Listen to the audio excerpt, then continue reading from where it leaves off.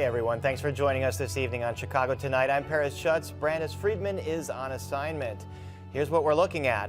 A new bill in Springfield aims to move the ball forward on the Bears' plan to build a new stadium in Arlington Heights. Hear from the bill's chief sponsor. We just want to get the doors open and prove ourselves, and if we don't, that's on us. How the owners of a new Englewood grocery store hope to win over skeptical community members. Yes, this has been a problem for D's Fest for years, and it continues to be a problem. Examining the embattled state child welfare agency and the impact on vulnerable children. Preservationists rejoice Promontory Point is now an official Chicago landmark. But I am still in disbelief. One-on-one with the Chicagoan just named one of Time magazine's most influential people of 2023. The city's recycling rate has been stuck below 10% since 2016. Earth Day is approaching, and WTTW News explains the history of recycling in Chicago. Some may say a sordid history. And now to some of today's top stories. Access to the mifepristone abortion pill is preserved for now. The U.S. Supreme Court reversed a lower court ruling and extended a stay on restrictions to the drug as a lawsuit seeks to revoke FDA approval. That lawsuit is making its way through the courts right now. An overall challenge to the legality of the pill in a post-Roe world will likely again come back to the High Court. A federal appeals court judge had previously ruled in favor of plaintiffs seeking to effectively take away FDA approval of the drug. A police officer involved in the chase and fatal shooting of Anthony Alvarez should be fired. That's the recommendation from former police superintendent David Brown and the agency that investigates police misconduct, and this according to documents obtained by WTTW News. Officer Sammy Encarnacion chased 22-year-old Anthony Alvarez before his police partner shot and killed him. This probe is unrelated. Encarnacion's recommended firing is based on findings that he abused his girlfriend in 2017, years before Alvarez was shot and killed. Heather Sharon has this full story on our website. City officials say they're preparing for tighter security around Millennium Park and the broader downtown area this weekend. Officials say they want to prevent a repeat of what happened last weekend, where groups of teenagers roamed around the loop, physically assaulting people and causing property damage. A curfew for teenagers without parents will be in place starting at 4 p.m. this weekend at Millennium Park. That's 2 hours earlier than the normal curfew of 6 p.m. And up next, we dive into the proposed legislation kicking off the Bears stadium plan. That's right after this. Chicago Tonight is made possible in part by Alexandra and John Nichols, the Jim and Kay Mabey family, the Polk Brothers Foundation, and the support of these donors.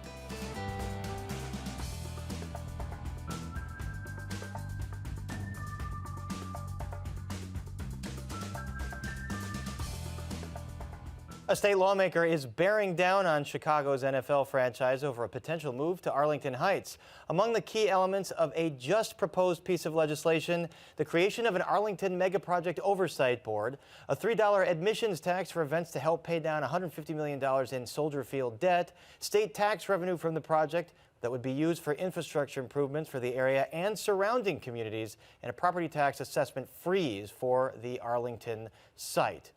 And joining us now is the bill's chief sponsor, State Representative Martin Moylan of Des Plaines. And from 2009 to 2012, he served as the mayor of Des Plaines, not so far from Arlington Heights and not so far from here. Thanks for being here. Well, I'm excited to be here, and I'm very excited to promote this bill, and thank you for the great opportunity. All right, so tell us what you want to accomplish with this bill. Well, I want to accomplish, I'm trying to get something passed this session.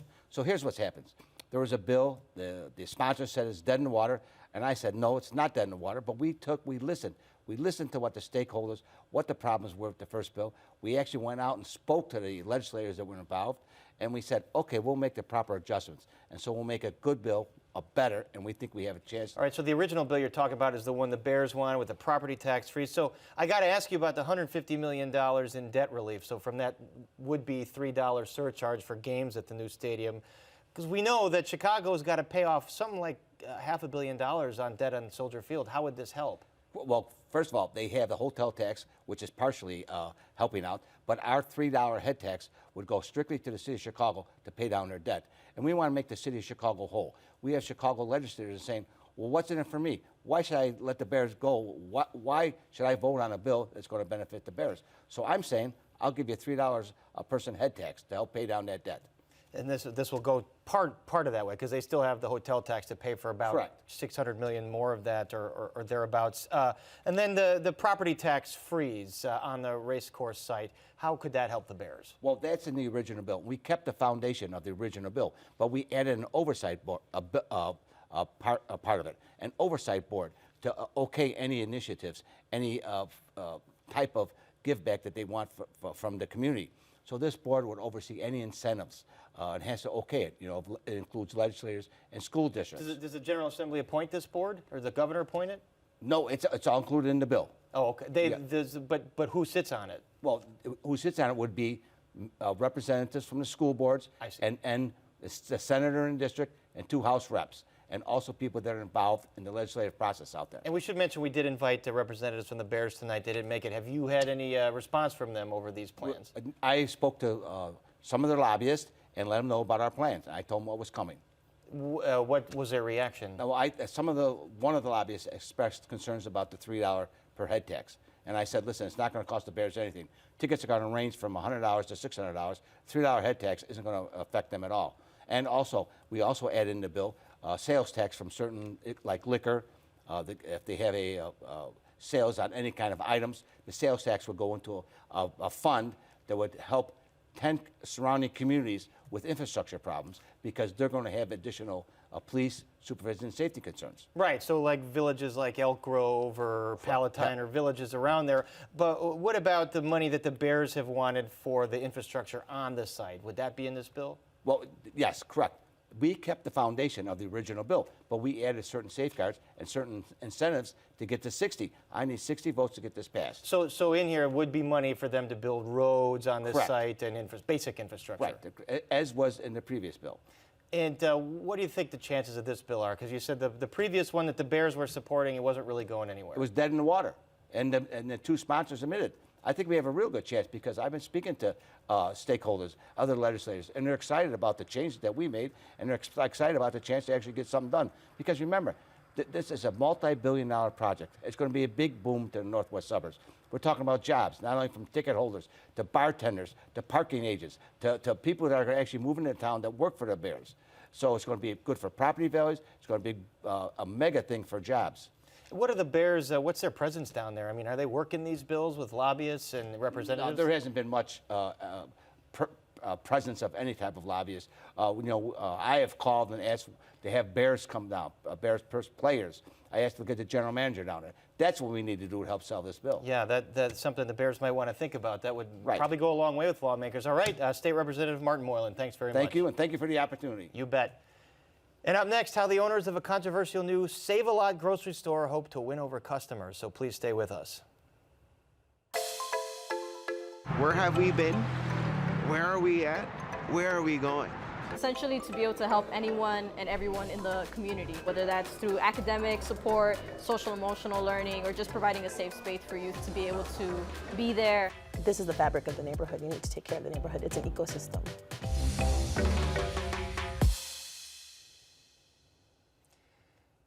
It's been a whole year since Whole Foods made the surprise announcement it was shutting down its Englewood location at 63rd and Halsted. The store has been the site of controversy since it was announced that Save-A-Lot operator Yellow Banana was taking over the lease. Chicago Tonight's Nick Blumberg spoke with 2 of the company's leaders about the pushback they've gotten and how they hope to win over Chicagoans. Michael Nance says he knows what it's like to grow up with parents struggling to get by.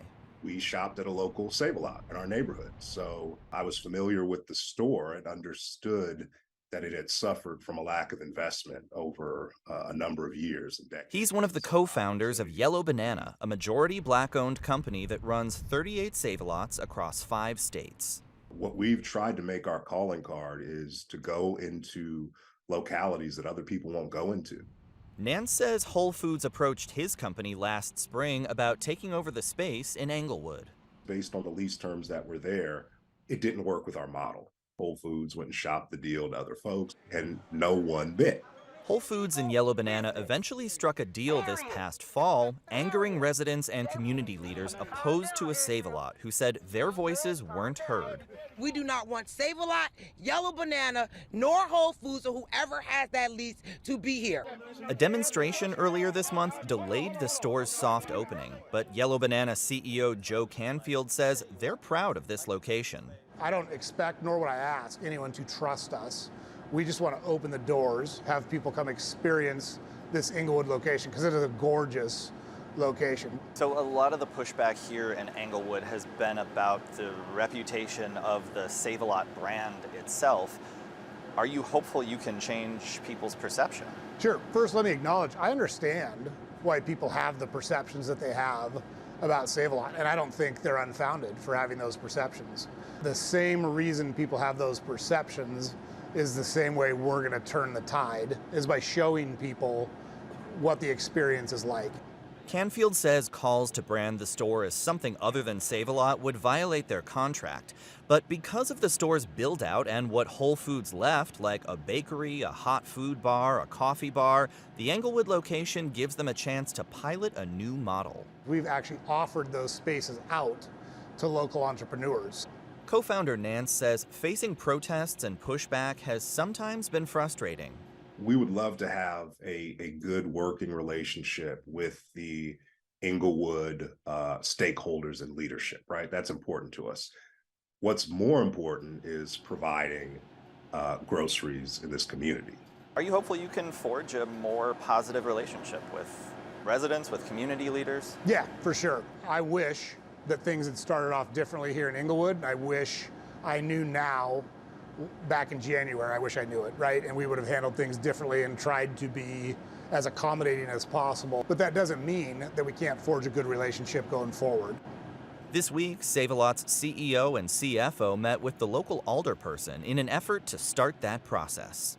So what kind of a timeline do you have in mind for a soft opening, for a grand opening? We haven't settled on anything yet, but I've been very consistent that we want to get the doors open as fast as possible. You have to treat people with dignity, with respect, offer them quality products in a neat, well-stocked, well-kept store, and that's what we're going to do. For Chicago Tonight, I'm Nick Blumberg.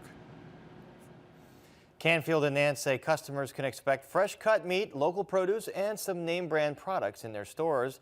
They're also working to rehab or reopen several other Save-A-Lot locations they own in the city, and we've got details on all of that on our website. And up next, hiring for a hard job and the impact on vulnerable children.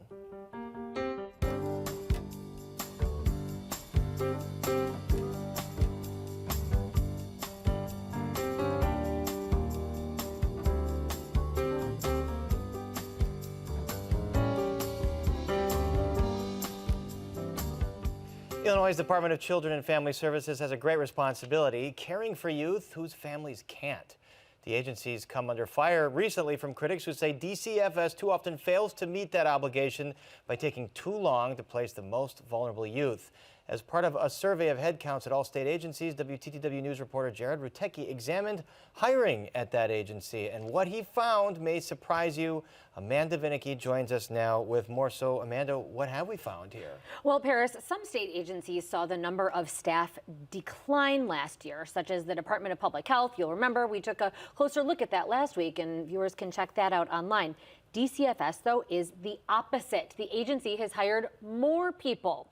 DCFS Chief of Staff Jason Strokosh says a lot of child welfare investigators resigned in the early months of COVID. We saw quite a drop-off right at the beginning of COVID. Those first few months, we had a lot of resignations, a lot of folks who walked away from the work for a host of reasons. This is challenging work where we have to go out and go into the homes of strangers every day. That is the call of the job. You're knocking on doors and going into homes. And you can imagine the first 6 to 9 to 12 months of COVID, that's an incredibly scary ask. Now, though, he says the agency's back up to almost 700 investigators, about what the number was pre-pandemic. He says hiring has to be a top priority. The more time they get to spend in quality interactions with the families and children we serve, the more time they get to spend on quality investigations, It is incredibly important. That's not enough for Cook County Public Guardian Charles Goldberg. He's often opposite DCFS in court. The agency is under a consent decree. Goldberg says DCFS has too many vacancies. It's all kinds of problems. One, DCFS doesn't pay enough. Two, it's very high-stress job. Three, DCFS is a completely inept bureaucracy. DCFS says it is hard to judge vacancy rates statewide. Hiring can be more difficult, for example, in the northern part of the state compared with southern Illinois. The agency cites economic reasons behind that. But Sorokosh does admit it can be a challenge. There are chronic hiring challenges in child welfare in general across this country.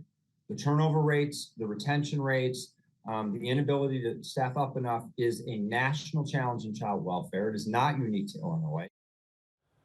As for salaries, Goldberg says he knows of investigators who left the job with DCFS because they could get a bigger paycheck working at an Amazon warehouse. We ask a lot of the DCFS workers whether to take children away from parents who have been raising them, or whether to keep children in families where there have been allegations of abuse and unsafe circumstances, whether to reunify children with parents, whether parents should be able to visit with children supervised or unsupervised or not at all. I mean, these are high impact decisions for vulnerable, really helpless children. He says for all of that, Illinois needs to compensate accordingly.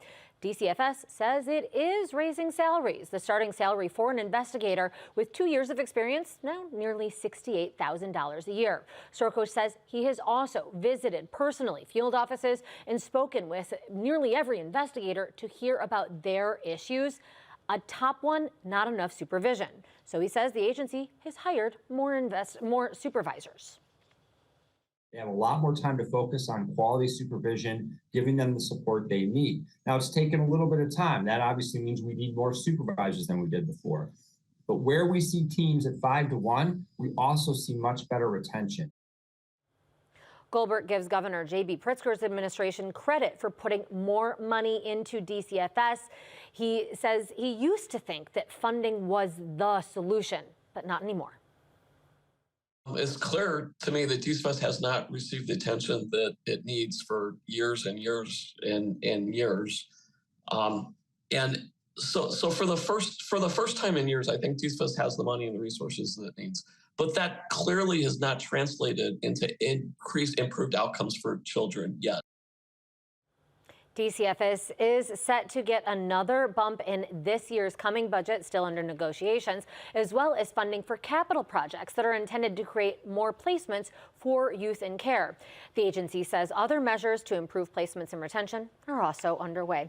And Paris, meanwhile, if you're interested, you can check out our website to see how other agencies fared. There's certainly a lot of challenges at that agency, whether they have the employees or not, going back many years. Okay, Amanda Vinicky, thanks very much. Thanks. Up next, landmark status for a beloved limestone wall in Chicago. We explain right after a look at the weather.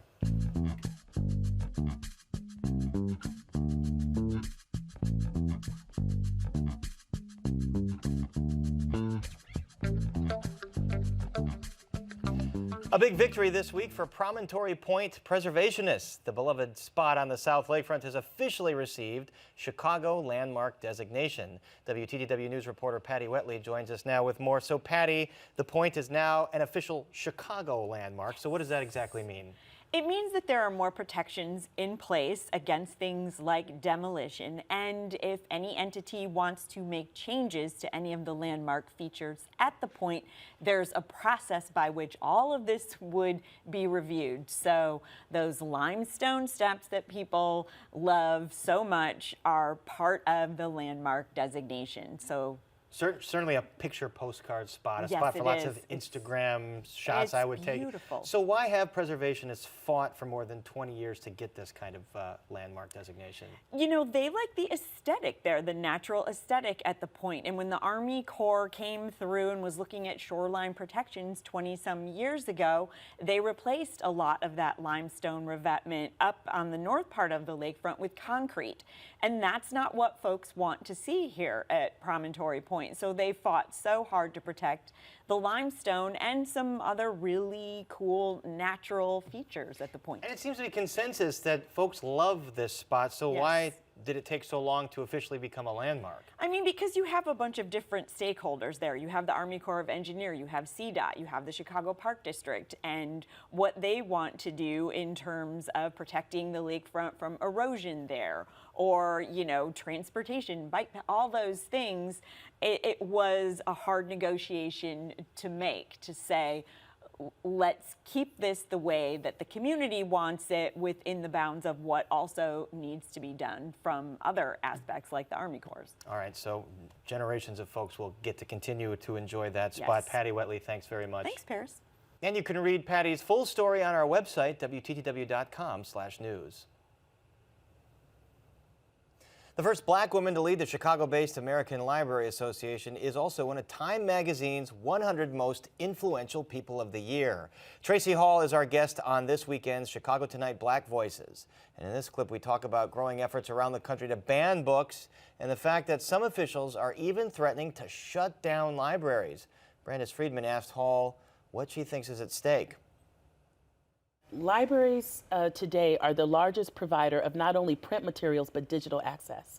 And so if you've ever worked in the library, you know that the people who are queuing up in front of a library an hour or even 2 hours early are people who need access to computers, who need access to textbooks that might be in the library that they can't afford, and they need those things before they start their day. And the thing that I fear, and I know that we won't stand for it, is that if we sit silent while some of this legislation is proposed, it could really eradicate one of the most used public services that we have in our country today. How is the American Library Association approaching this? Well, in a variety of ways. The American Library Association was the first national organization to mount an anti-censorship program. I'd encourage everybody to go to uniteagainstbookbans.org and receive their own playbook, how they can organize in their households, in their communities, and in the larger sphere of influence to make sure that we make sure that the notion that free people read freely is not something that we just say, but something that is a reality. And you can watch the full conversation with Tracy Hall on Chicago Tonight Black Voices, and that airs on Saturday at 6:30. Recycling is one of those stories that we keep coming back to again and again. You could say we recycle that story. With Earth Day coming up this weekend, we thought it was a good time to revisit the recycling episode from our digital series, WTTW News Explains. Here once again is Patty Wetley.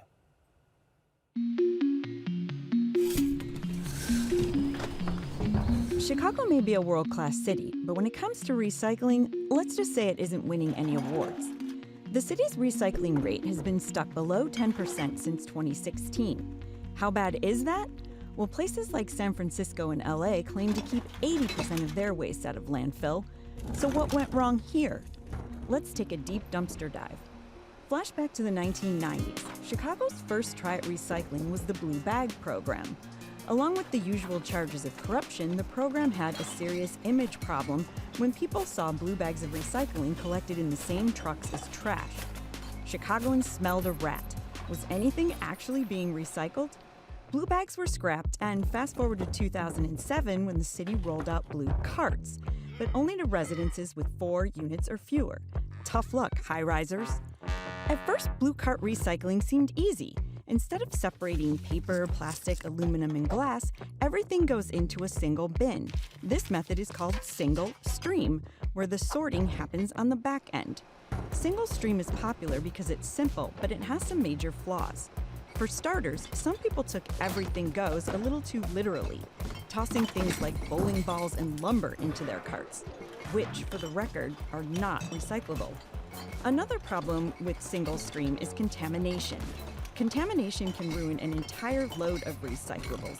That's why the most successful programs separate waste. When the city tried to stop contamination, recycling got more complicated because lots of things can't go in the cart. Chicagoans smelled a rat again. Is anything actually being recycled? The city has tried to take this runaway recycling train back on track, including a 2017 Back to Basics campaign and a new vendor contract. But is it too little, too late?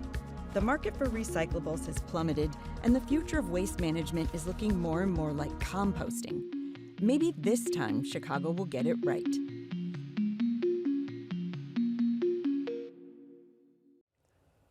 Earth Day is tomorrow, and in case you're wondering, the first Earth Day was observed 53 years ago on April 22nd, 1970. And that is our show for this Friday night. Join us tomorrow night at 6 for Chicago Tonight Latino Voices. We examine whether Mayor Lori Lightfoot actually appointed diverse leadership like she promised. And then at 6:30 tomorrow on Chicago Tonight Black Voices, 3 Illinois public universities saw faculty strikes this month. What is behind the picket lines? Also, don't forget this Monday at noon, tune into our Virtual Voices Community Conversation. Brandis Friedman will be speaking with community leaders about the impact of the 2023 Chicago mayoral election and expectations of Mayor-elect Brandon Johnson. To RSVP, visit WTTW.com/news. Now, for all of us here at Chicago Tonight, I'm Paris Schutz. Have a wonderful weekend.